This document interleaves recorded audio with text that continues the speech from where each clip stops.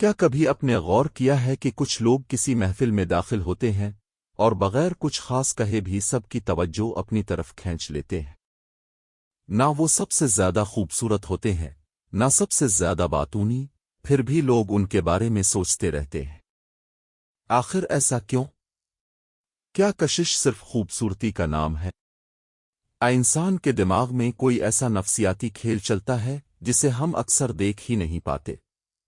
اور سب سے خطرناک سوال، کیا کبھی آپ کسی ایسے شخص کی طرف خود بخود کھنچے چلے گئے ہیں جو دراصل آپ کے جذبات کے ساتھ کھیل رہا تھا؟ رابرٹ گرین کی کتاب دی آرٹ آف سیڈکشن انسانی خواہش، توجہ، کشش، پراسراریت اور اثر و رسوخ کے اسی پوشیدہ کھیل کو سمجھنے کی کوشش کرتی ہے۔ لیکن آج ہم صرف یہ نہیں جانیں گے کہ لوگ دوسروں کو اپنی طرف کیسے متوجہ کرتے ہیں، ہم یہ بھی جانیں گے کہ ضرورت سے زیادہ توجہ کب محبت نہیں بلکہ ایک چال بن جاتی ہے، اور کشش کب قابو کرنے کی کوشش میں بدل جاتی ہے۔ آخر تک ضرور دیکھیے، کیونکہ کتاب کا سب سے حیران کن سبق شاید یہ ہے۔ اصل کشش دوسروں کو قابو کرنے میں نہیں، بلکہ اپنے اندر ایسی شخصیت پیدا کرنے میں ہے جسے نظر انداز کرنا آسان نہ ہو۔ سب سے پہلے ایک غلط فہمی ختم کرتے ہیں۔ کشش کا مطلب صرف کسی شخص کو رومانوی طور پر اپنی طرف متوجہ کرنا نہیں۔ رابرٹ گرین کے مطابق کشش انسانی نفسیات، توجہ، خواہش اور تصور سے گہرا تعلق رکھتی ہے۔ سوچیں، آپ کسی شخص سے ملتے ہیں، وہ آپ کو متاثر کرنے کی ضرورت سے زیادہ کوشش نہیں کرتا، وہ ہر وقت خود کو ثابت نہیں کرتا، وہ بہت زیادہ باتیں بھی نہیں کرتا، لیکن عجیب بات یہ ہے کہ ملاقات ختم ہونے کے بعد بھی آپ اسی کے بارے میں سوچتے رہتے ہیں۔ کیوں؟ کیونکہ انسان ہر چیز کو صرف اس بنیاد پر پسند نہیں کرتا کہ اسے کتنی معلومات دی گئی ہے۔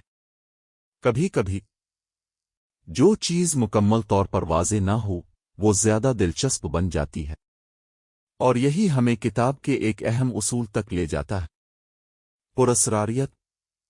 لیکن سوال یہ ہے، پراسراریت پیدا کیسے ہوتی ہے؟ کتاب میں مختلف قسم کی دلکش شخصیات کا ذکر کیا گیا ہے۔ کچھ لوگ اپنی موجودگی سے توجہ حاصل کرتے ہیں، کچھ اپنی گفتگو سے، کچھ اپنی پراسراریت سے، کچھ اپنی گرمجوشی سے، اور کچھ دوسروں کو یہ احساس دلا کر کہ وہ بہت خاص ہے۔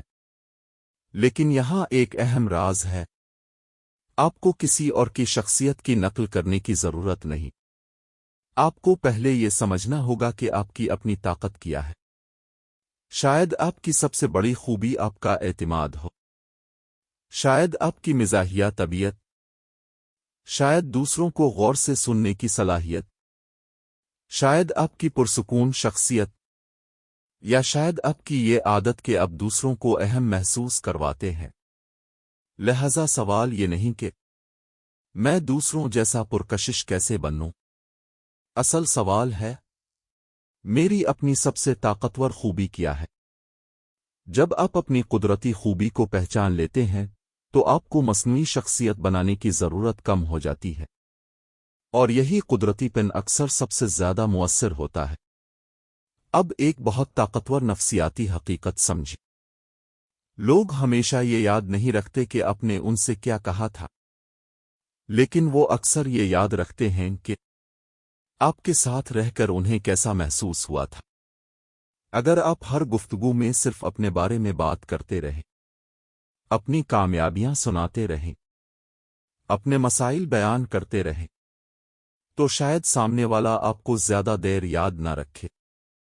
لیکن اگر آپ واقعی دوسرے شخص کو سنیں، اس کی بات میں دلچسپی لیں، سوال پوچھیں، اور اسے محسوس ہو کہ آپ واقعی اسے سمجھنے کی کوشش کر رہے ہیں، تو تعلق بالکل مختلف ہو جاتا ہے۔ لیکن یہاں ایک خطرناک فرق بھی ہے۔ کسی کو سمجھنا اور کسی کی کمزوری کو استعمال کرنا ایک چیز نہیں۔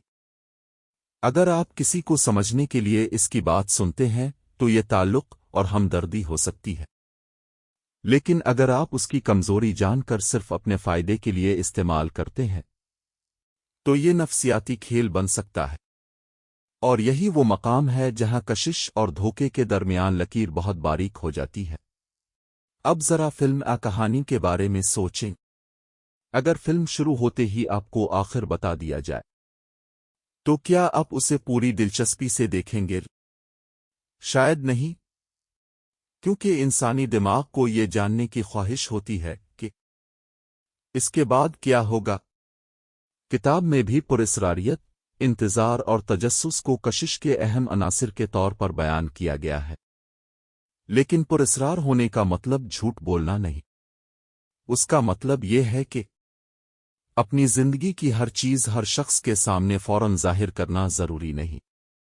ہر منصوبہ، ہر خواہش، ہر راز، ہر احساس، ہر بات فوراً بتانا ضروری نہیں۔ اپنی زندگی میں کچھ گہرائی رکھیں، اپنے مقصد پر کام کریں، اپنی شخصیت کو وقت کے ساتھ ظاہر ہونے دیں، کیونکہ جب انسان اپنی پوری شناخت دوسروں کی منظوری پر قائم کر دیتا ہے تو اس کی شخصیت کمزور پڑ سکتی ہے۔ لیکن جو شخص اپنی زندگی میں مصروف، بامقصد اور پر اعتماد ہو، اس میں ایک قدرتی کشش پیدا ہو سکتی ہے۔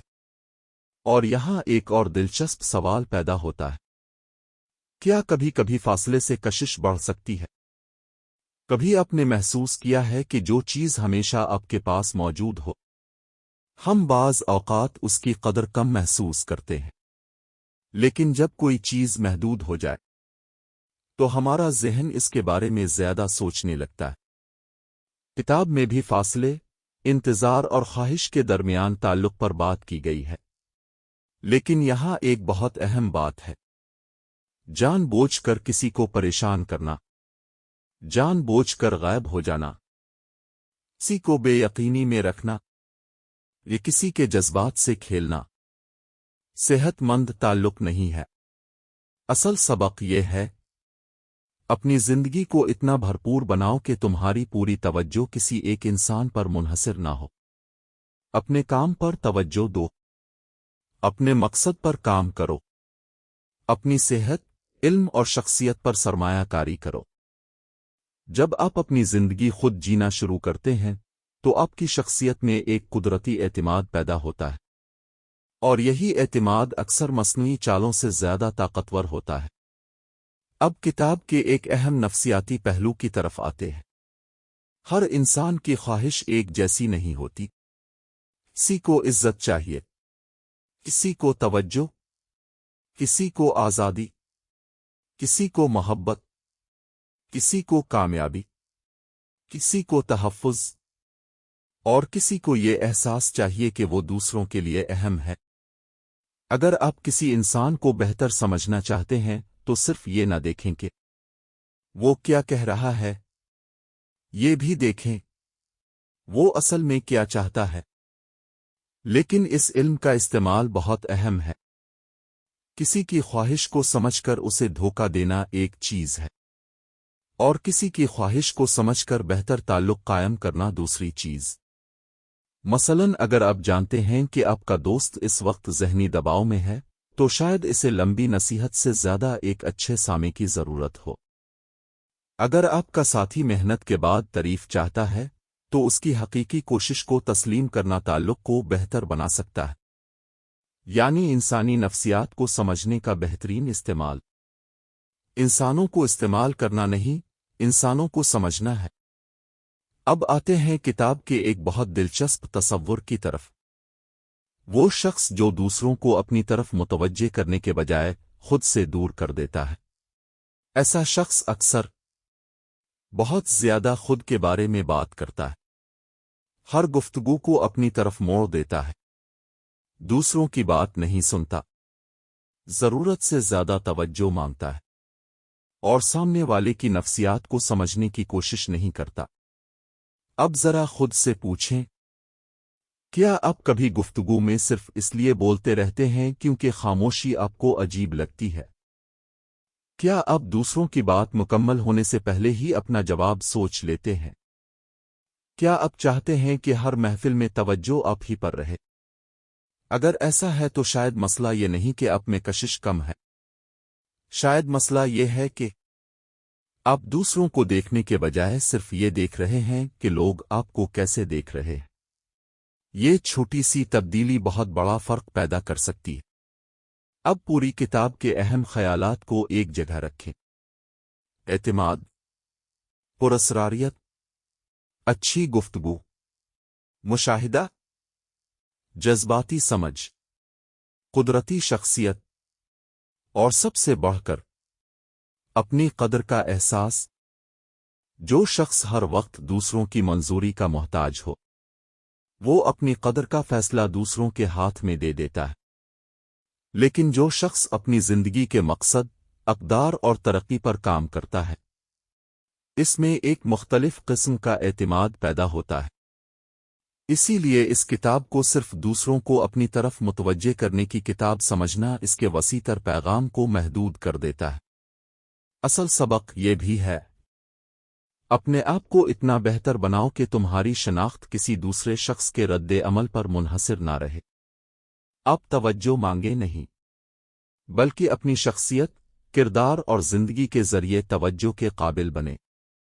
اگر دی آرٹ آف سیڈکشن کو صرف ایک بنیادی سبق میں تبدیل کیا جائے تو وہ یہ ہوگا: کسی انسان کو زبردستی اپنی طرف متوجہ نہیں کیا جا سکتا۔ آپ اپنی شخصیت بہتر کر سکتے ہیں، اپنی گفتگو بہتر کر سکتے ہیں، دوسروں کو سمجھ سکتے ہیں، اپنی موجودگی بہتر بنا سکتے ہیں، اپنا اعتماد بڑھا سکتے ہیں، لیکن آخر میں دوسرے انسان کی مرضی اس کی اپنی ہے۔ صحت مند کشش میں دلچسپی ہوتی ہے مگر دھوکہ نہیں، پراسراریت ہوتی ہے مگر جھوٹ نہیں، اعتماد ہوتا ہے مگر تکبر نہیں، اثر ہوتا ہے مگر زبردستی نہیں، اور یہی فرق سمجھنا سب سے ضروری ہے۔ اب ایک آخری سوال: لوگ آپ کی طرف کیوں متوجہ ہوتے ہیں؟ آپ کی شکل کی وجہ سے، آپ کی باتوں کی وجہ سے، آپ کے اعتماد کی وجہ سے، یا اس احساس کی وجہ سے جو انہیں آپ کے ساتھ رہ کر ملتا ہے؟ اپنا جواب تبصرے میں ضرور لکھیں۔ اور اگر آپ چاہتے ہیں کہ اگلی ویڈیو میں ہم رابرٹ گرین کی کتابوں سے انسانی نفسیات کے ایسے اصول دیکھیں جن سے آپ دوسروں کے رویے اور چھپی ہوئی نیتوں کو بہتر سمجھ سکیں، تو چینل کو ابھی سبسکرائب کریں، کیونکہ اگلی بار سوال صرف یہ نہیں ہوگا کہ لوگ آپ کی طرف کیوں کھینچے چلے آتے ہیں، بلکہ اصل سوال ہوگا: کیا آپ پہچان سکتے ہیں کہ کوئی شخص آپ کو اپنی طرف کیوں کھینچ رہا ہے؟